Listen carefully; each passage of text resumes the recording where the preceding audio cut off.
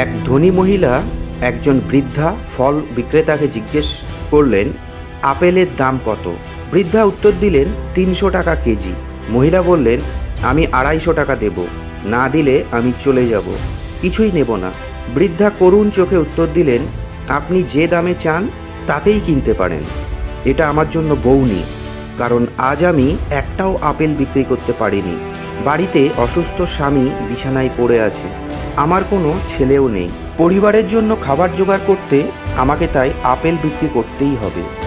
মহিলা তার পছন্দের দামে 5 কেজি আপেল কিনলেন এবং মনে মনে ভাবলেন তিনি জিতে গেছেন। তিনি আপেল নিয়ে হাজব্যান্ডের সাথে তাদের বিলাসবহুল গাড়িতে উঠলেন এবং একটি অভিজাত রেস্টুরেন্টে গিয়ে ঢুকলেন। তারা রেস্টুরেন্টের সবচেয়ে দামি মেনু অর্ডার করলেন। যদিও তারা খেলেন সামান্যই, বেশিরভাগ খাবারই টেবিলে পড়ে থাকলো। তাদেরকে 3800 টাকা বিল দেওয়া হলো। মহিলা 4000 টাকা দিলেন এবং মুচকি হেসে রেস্টুরেন্টের ওয়েটারকে বললেন, বাকিটা টিপস।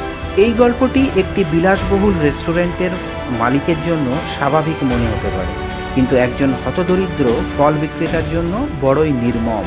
প্রশ্ন হলো, আমরা যখন একজন দরিদ্র বিক্রেতার কাছ থেকে কোনো জিনিস কিনি তখন কেন সবসময় তার ওপর ক্ষমতা জাহির করি? আর যারা আমাদের উদারতার যোগ্য নয়, যেমন রেস্টুরেন্ট, তাদের প্রতি কেন আমরা উদার হই?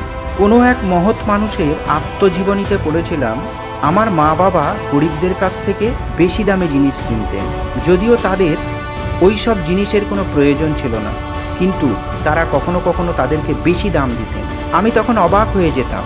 একদিন আমি মাকে জিজ্ঞেস করলাম, মা, কেন তুমি এটা করো? আমার মা উত্তর দিলেন, ওরা ভিক্ষা করে না, পরিশ্রম করে জীবিকা নির্বাহ করছে।